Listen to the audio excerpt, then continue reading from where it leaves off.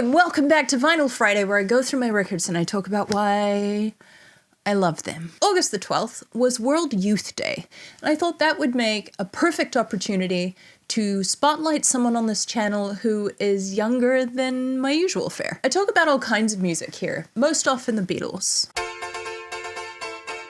And I had initially thought that today's artist couldn't be farther from them, but upon reflection, I realized several things. The first is that both acts are/were ever-evolving and constantly striving to improve on what had been done, either by themselves or by others. Both have fingers in many genres, which is French for genre, and both experiment with different musical feels and timbre and rhythms. Hi!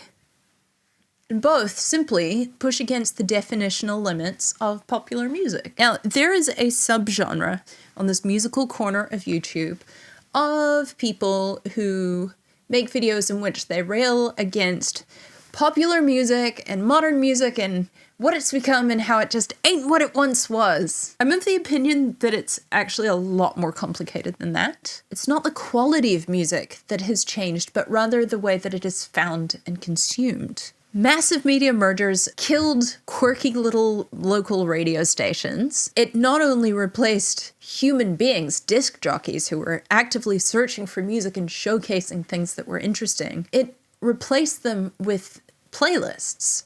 And the same playlists with the same songs. So you could be in Australia or Canada or Wales or South Africa, what have you, and you're still hearing the same songs on the same sorts of radio stations. Hey team, Editor Nancy here. The anchor has not provided enough in the way of receipts for this section, so I'm going to step into the Storytime correspondent's shoes for a moment and take a reading from The History of the Disc Jockey by Bill Brewster and Frank Broughton. Ratings are all, and anything that ups listening figures is welcomed eagerly. As a result, since the 60s, such scientific notions as top 40 have been taken to extremes. Only after painstaking market research were new records added to playlists. The DJ's role of selecting records was usurped by a new functionary, the program director, who was often little more than a market researcher in the service of the ad sales department. To expand on that, on the radio subreddit, someone has asked, FM radio DJs, how much freedom do you have in selecting your daily playlist? There are 141 responses, all of which say some variation on, I quote, been out of the industry for over a decade now, but under the majority of circumstances, zero. You aren't even told what you need to play. It's already pre-scheduled and automated, so it's what's going to play whether you're in the studio or not, with a continued consolidation that's happening leading to further voice tracking and even AI in some markets. Sorry. In addition to that, record labels were wiped out by streaming and by piracy. That means that they are unwilling to take risks in the way that they might have 30, 40, 50, 60 years ago. So while today's artist is decades younger than my usual fare, it is my greatest hope that you will give her a chance. This artist is generally well regarded among the music critical aristocracy. She's worked with the likes of Jacob Collier,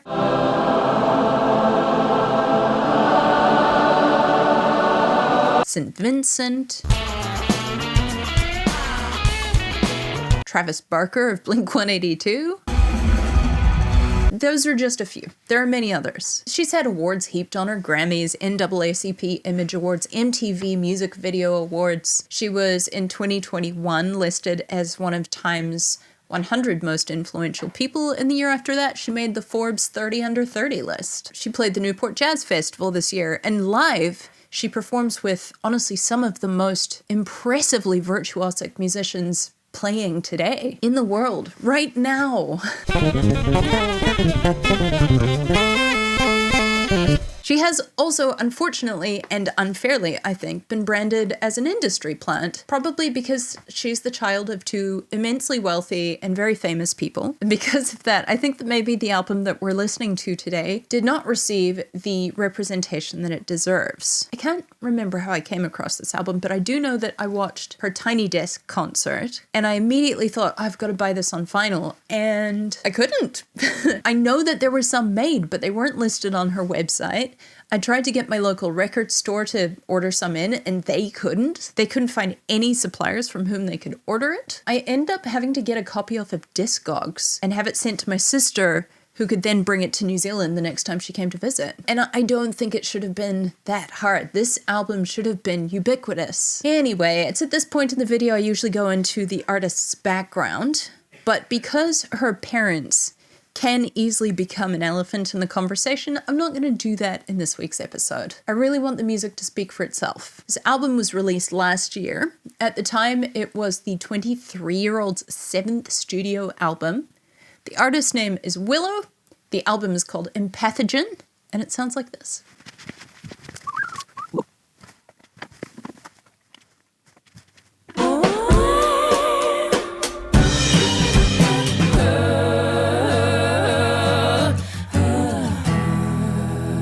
Gotta decide how we're gonna heal it right. Fix my eyes on the what things, what beauty is a symptom of the silence, in the silence.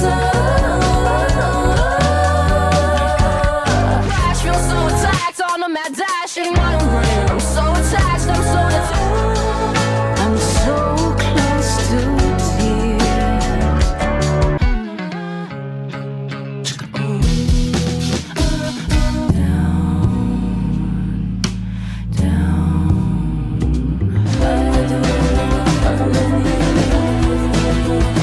I don't want to try to calm the chaos inside.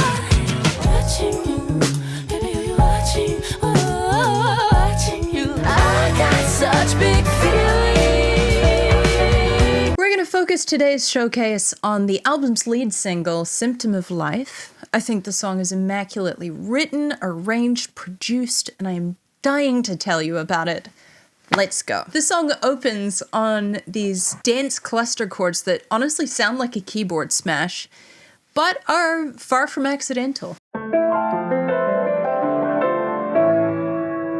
We're going to get our esteemed piano correspondent in to tell you more about that. Hello everyone, piano correspondent here. Excited to take you through some chord time. Out of context, these chords sound like this.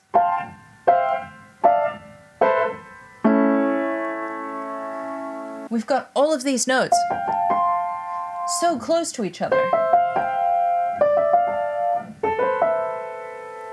It's a lot of notes. When you add in the bass notes,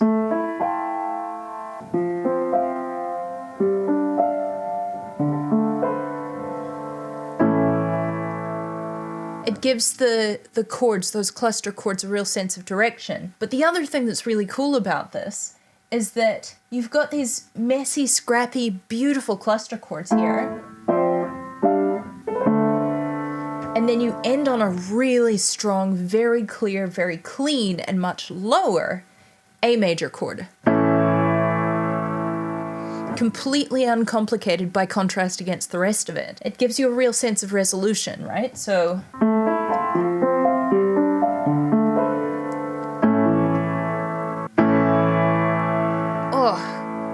just fills you with warmth. It's lovely. The second time though,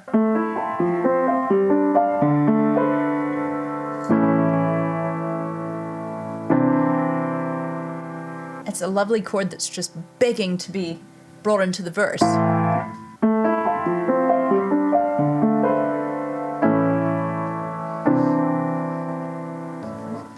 As we lead into the verse, we have the instrumentation playing forwards and then in reverse, which has two effects. It has many effects, but two in particular that I would like to point out. The first is that it makes it sound like there's a crescendo in the piano. And of course, that's an impossibility. Pianos cannot get louder on a single chord. The second is it creates this push-pull sensation right before the lead vocal comes in, and the first line of the song is pushing and peeling. Like so. Pushing and peeling myself out of my disguise. I love that. The drums kick in at the same time, and they reveal a 7/4 time signature, which is incredibly sexy. The drum correspondent has been working on this for a couple of days, so we'll get her in to tell you more. Hello friends, it is me, your friendly neighborhood drum correspondent. This is unrelated to Willow, but I would like to point out that our construction correspondent continues to add on to and improve this drum kit. So now, we have a snare that sounds like a snare. We have a high tom, and we have a low tom.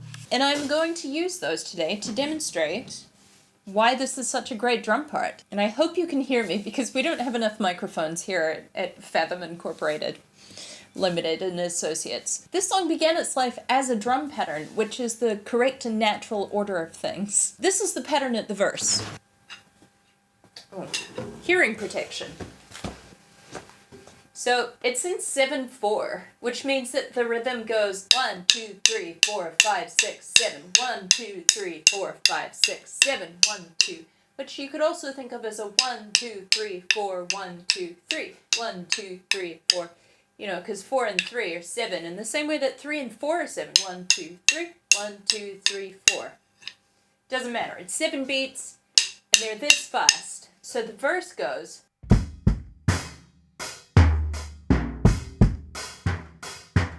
and that repeats, except the second time there's a...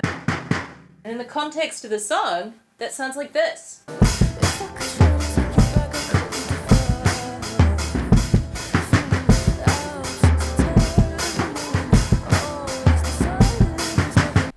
Ta-da!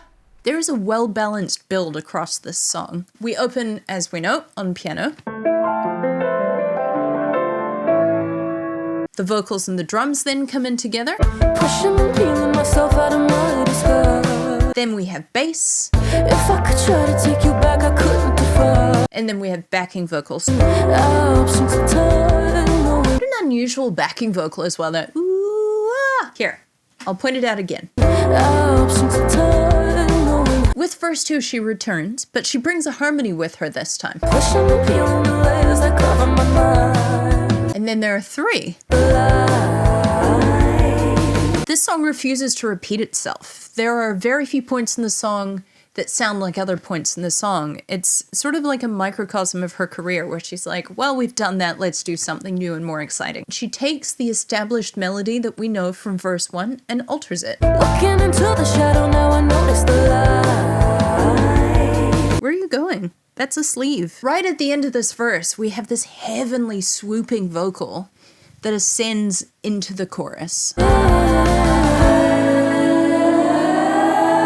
This, again, does 2 things. The first thing that it does is it slows the momentum of the song so that when the chorus comes in, it feels like a kick in the chest. I've forgotten what the second thing was. That's the momentum of the song. Oh, the second thing that it does, it allows space for the time signature to change. So we're going to go from 7/4 to 4/4, and it all happens here.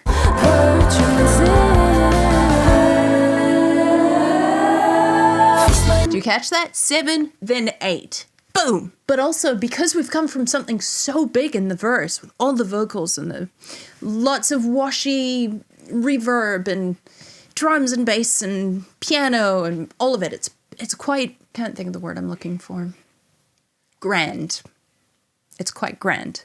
When we get to the chorus, it's way drier, far less washy. Everything's much more clipped and tidy. So where in the verse, the bass is playing these very long, sustained notes, in the chorus, they're shorter, they're funkier. I think the piano, which again is a sustaining instrument, drops out, and the rhythm of the melody becomes a lot more clipped. So it's quite loose rhythmically, quite sustained in the verses. In the chorus, it's very almost mechanical rhythmically. That's a lot of things to remember, so let's just go ahead and have a listen to it.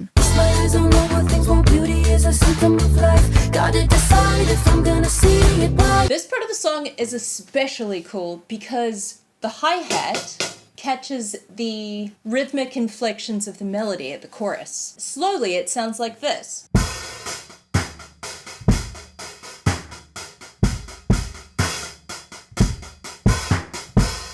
And in the context of the song, it sounds like this.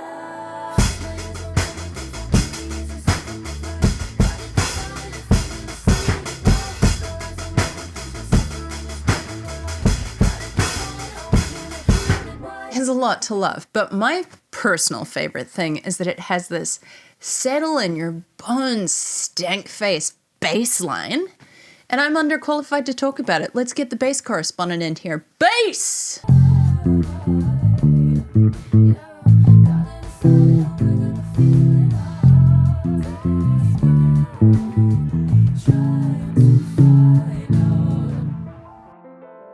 there's this monotone backing vocal, which I think helps to accentuate that mechanical rhythm. So the melody is, feast my eyes on lower things, all beauty is a symptom of life. The bottom harmony is, feast my eyes on lower things, all beauty is a symptom of life. Feast my eyes on lower things, all beauty is a symptom of life. Halfway through the chorus, there's an instrumental dropout, which I think brings on this recreation of that gut punch feel at the drop into the chorus when we drop into the second half. Like so. Gotta decide how we're gonna heal it right. Feast my eyes on lower things while beauty is a symptom of life. Oh, this is so good. When we come back into the second half of the chorus there are more backing vocals. Gotta decide if I'm gonna see it right. Why do we? Beautiful. Love that. And then there's this really creative, inventive backing vocal on our last checking the lyric. Feast our eyes on lower things when suffering is craving the light. Melodies, feast our eyes on lower things while suffering is craving the light. Feast our eyes on lower things when suffering is craving the light. Feast our eyes on lower things when suffering is craving the light. Feast our eyes on lower things when suffering is craving the light. That was really tricky to separate out, but I think that's it. I think those are all the parts. They sound really bloody good together. There's a vocal run at the end of the chorus that shows off her masterful vocal control. Gotta decide how we're gonna heal it right. Yeah. Now, I know that they tune the ever-loving shit out of everything these days, but if you watch her Tiny Desk concert, I'm fairly confident they're not tuning so much at their end. She's singing it just as accurately as she is in this recording. I say that I'm pretty sure they don't tune at their end because I've definitely heard some concerts where the vocals were incredibly pitchy, but hers is not one of them. Last thing I love about the chorus is the way that the bass sort of also sings the trying to find out at the end of the chorus. Playing these lovely little harmonized double stop. We enter verse 3 and we're like, okay, we know how the verse goes. Wrong! She's completely changed the melody. Same verse chords, totally different melody. Gotta know that life is fragile. Gotta know, but gotta go. She just floats so naturally around that 7/4 time signature. It doesn't sound forced or labored at all. Just love that. Again, we're not repeating. She's catching us off guard. She's shifting our expectations. At the end of this verse, we're going to modulate out of it into this unusual, ethereal, again, very washy, splashy bridge where the drums just go off.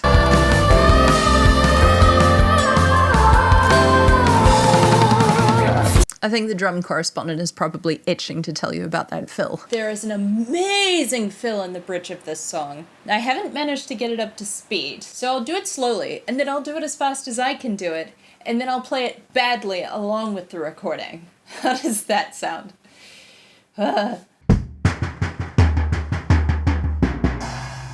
As fast as I can do it.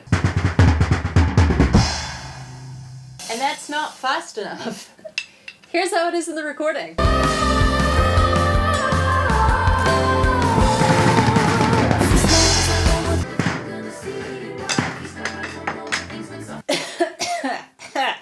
So the song unfurls itself at the bridge and then it folds very neatly back into our final chorus. Trying to find out. And we end a cappella.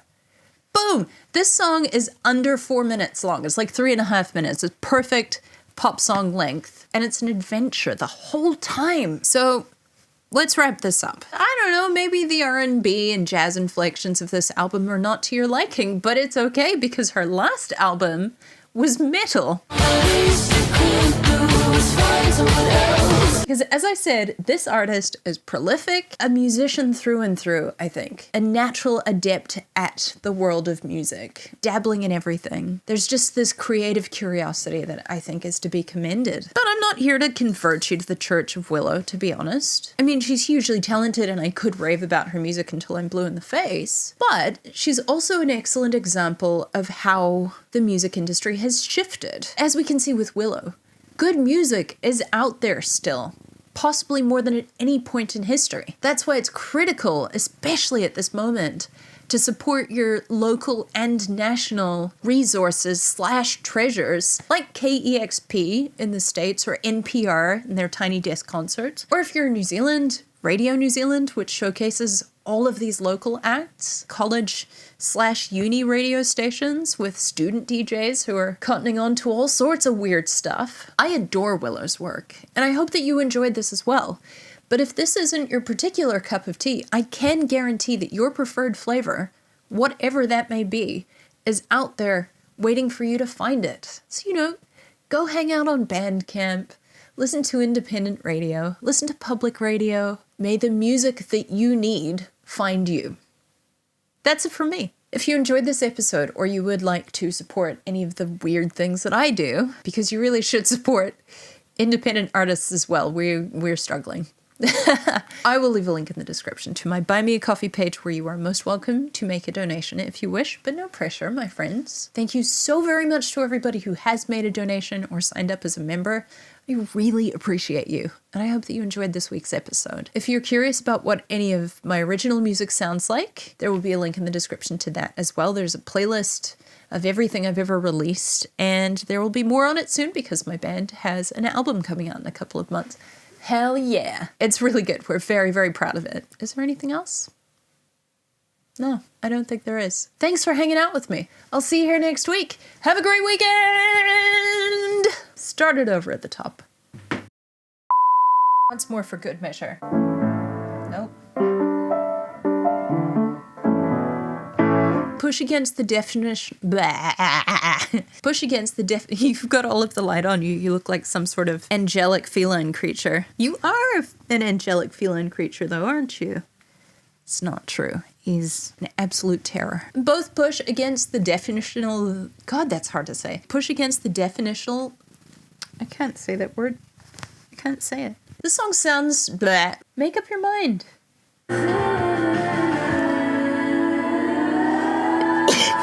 Damn it!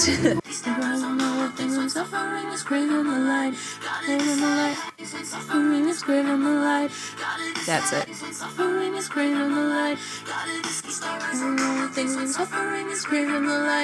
Ah, got it. Okay. Do you mind